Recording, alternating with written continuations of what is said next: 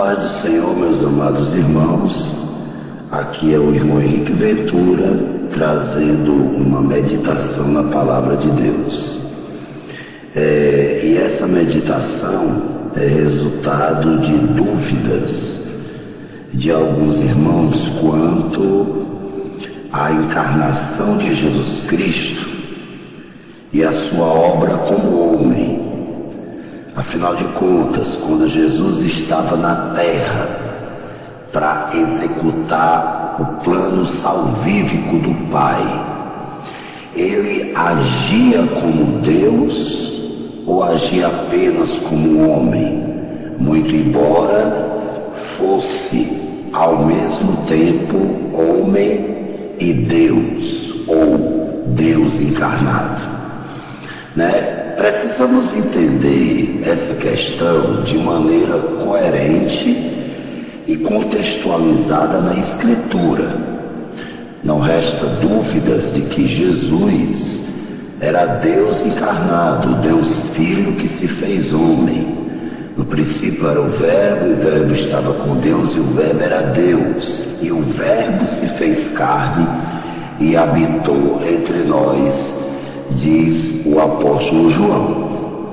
No entanto, para poder morrer pelos homens, Jesus não poderia usar o seu poder de Deus. Muito embora ele falasse como Deus, e quando ele fazia isso, diz Paulo aos Filipenses, no capítulo de número 2, verso 6, que embora Cristo subsistindo na forma de Deus, não teve como usurpação o ser igual a Deus. Ou seja, quando Jesus falava como Deus, isso lhe era de direito, porque afinal de contas, ele era homem e Deus ao mesmo tempo. Por isso, quando ele dizia, eu e meu Pai somos um, ou então quando ele afirmava, antes que Abraão existisse, eu sou, tudo isso era um direito que cabia a Jesus. Afinal de contas, ele era Deus encarnado. Mas falar como Deus é uma coisa, e agir como Deus é outra. Agir como Deus dentro do plano da salvação, Jesus nunca o fez. E Paulo justifica isso. Na mesma carta aos Filipenses, no capítulo de número 7, Paulo diz: mas esvaziou-se de si mesmo, tomando a forma de servo, tornando-se semelhante aos homens, e achado na forma de homem, humilhou-se a si mesmo, tornando-se obediente até a morte, morte de cruz. Ou seja, Jesus, para poder morrer pelos homens, esvaziou-se de si mesmo. O que isso significa? Ele deixou de ser Deus? Não. Ele limitou-se a usar o seu poder de Deus como homem para viver totalmente como homem. Por isso que no texto lido, o apóstolo diz que ele obedeceu, humilhou-se. Ou seja, tudo que Jesus fazia no campo terreno existencial era como homem. Por isso que o autor da carta aos Hebreus vai dizer no capítulo de número 2, que Jesus foi feito um pouco menor do que os anjos por causa da paixão da cruz. E ele vai dizer também nesse contexto de Hebreus 2, que Cristo aprendeu a obediência por aquilo que sofreu. Ou seja, os escritores sagrados são taxativos ao afirmar: Jesus era 100% homem e viveu totalmente como homem. Por isso que ele é chamado de o segundo Adão. Ora, Jesus não poderia ser o segundo Adão se como homem agisse como Deus, ou seja, interferindo na sua humanidade. Jesus teria que ser o segundo Adão exatamente para, como homem, fazer o que o primeiro não fez. ser obediente em tudo ao Pai. Mas aí você pode perguntar, e os milagres que Jesus realizava? Alguns conhecimentos de onisciência que ele tinha, como por exemplo, em relação a Natanael. Antes de tu vir aqui, eu te vi debaixo da figueira. Meus irmãos, tudo isso daí era realizado pelo poder do Espírito Santo que estava em Cristo.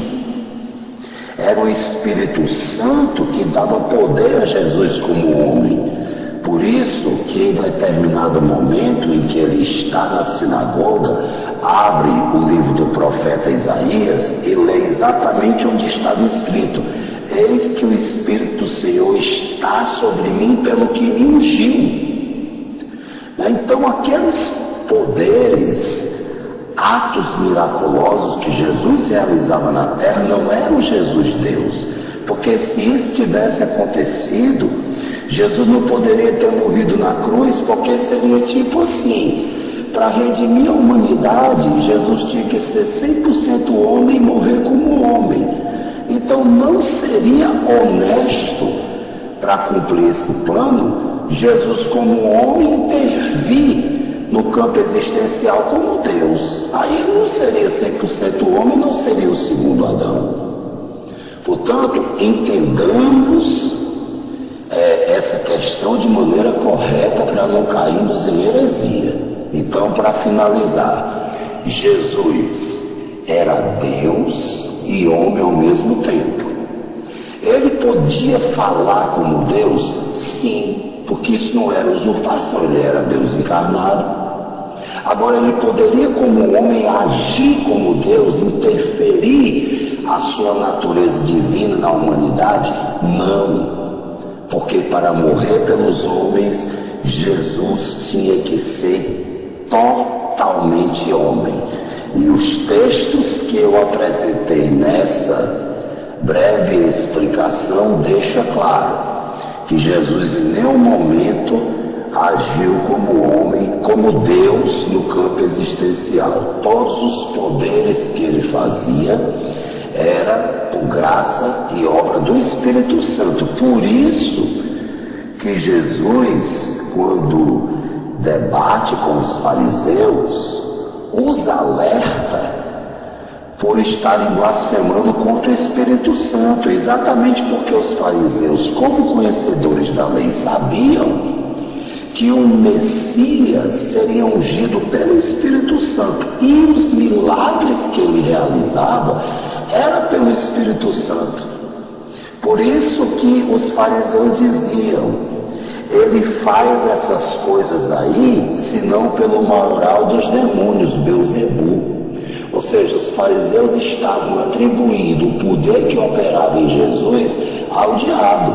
Jesus rebate e diz: olha, se Satanás estivesse expulsando Satanás, ele estava dividido contra si mesmo. Mas se eu faço isso pelo dedo de Deus, ou pelo poder de Deus, aí vocês estão blasfemando contra o Espírito Santo. E aí Jesus vai dizer: esse tipo de pecado não tem perdão. Veja que Jesus associa o seu poder ao poder do Espírito Santo. E quando os fariseus falavam que o poder de Jesus era de Belzebu, não estava atacando a Jesus, estava atacando o Espírito Santo que estava em Jesus como homem.